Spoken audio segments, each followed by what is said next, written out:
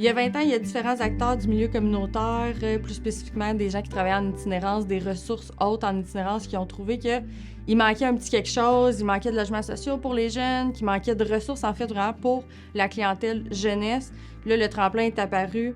Ça fait 20 ans qu'on a pignon sur rue au centre-ville, puis il y a encore autant de demandes qui affluent continuellement. La liste d'attente, en fait, est aussi élevée que le nombre de logements qu'on a. C'est toujours comme ça. C'est un roulement. Les principaux objectifs au tremplin, en fait, c'est d'abord et avant tout de réduire l'itinérance, évidemment. C'est de fournir un logement pour les jeunes qui en ont le besoin. Et puis, une fois arrivés dans leur logement, bien, ce qu'on veut, c'est en fait qu'ils soient prêts à partir du tremplin. Fait que pour ça, on les accompagne à s'y atteindre une certaine autonomie. La base, c'est que ce jeune-là ne se retrouve pas ni dans la rue, ni en prison, ni à l'hôpital. Parce que c'est là que tu te retrouves habituellement quand tu n'as pas de logement. L'année passée, il y a près de la moitié des jeunes qui venaient de ce qu'on appelle l'itinérance cachée. Ça veut dire l'itinérance cachée, c'est pas nécessairement des jeunes qui sont dans la rue jour et nuit, mais c'est des jeunes qui ont une instabilité, une grande instabilité résidentielle. Ils sont pas tout à fait en sécurité, c'est pas des endroits qui leur permettent de développer leur potentiel de citoyen, je dirais. Je suis arrivée au tremplin en raison que c'était difficile à la maison. J'avais commencé à aller dormir chez une amie sur son divan parce que je ressemble trop à ma mère, fait que c'était difficile au niveau de la communication. J'ai été hospitalisée au CHU Hôtel-Dieu 2 mois pour dépendance et j'avais beaucoup d'idées suicidaires, puis ça a été difficile pour moi d'accepter que j'avais besoin de cette aide-là. Une des choses qui me touche beaucoup au tremplin au quotidien, c'est cette énergie-là des jeunes qui sont comme des jeunes en difficulté, dans un milieu en difficulté, Wellington Sud, puis qu'ils vivent, puis ils osent, puis ils poussent, puis ils ont un peu d'espoir, puis ils passent par des moments difficiles, puis Colin Debin, il continue. Fait qu'il y a un élément courageux, puis qui m'impressionne chez ces jeunes-là que je côtoie au quotidien. T'sais, on est plein de monde, on tente tous de faire notre possible. Puis il y a du monde que pour faire leur possible, ben, ils n'ont arraché tellement que pour faire leur possible, ils ont peu d'outils pour le faire leur possible. C'est vraiment merveilleux de voir qu'il y a comme une équipe autour qui essaie de permettre que ça se passe pour les jeunes.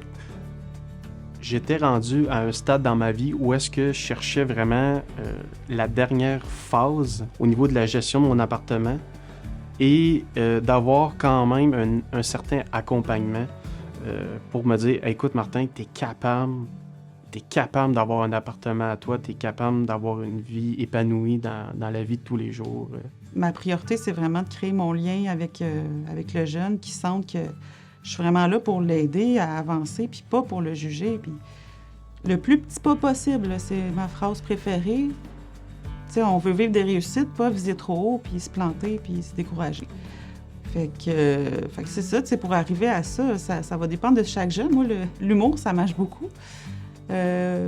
L'autodérision, là, tu sais, dévoiler nous aussi, les intervenants, notre côté humain vulnérable, là, juste normaliser les choses dont on est peut-être moins fiers dans la vie, là, c'est juste humain. Je prends des marches dans la ville, je vais dans un parc, j'ai même fait un exercice, là, je m'assois avec le jeune, sur le bord de la... Moi, je connais un endroit, là, une grande roche, sur le bord de la rivière Saint-François, et on check la patente, comme je dis. On check la rivière, on se check. Sans un effort nécessairement, mais juste être là en silence puis d'observer.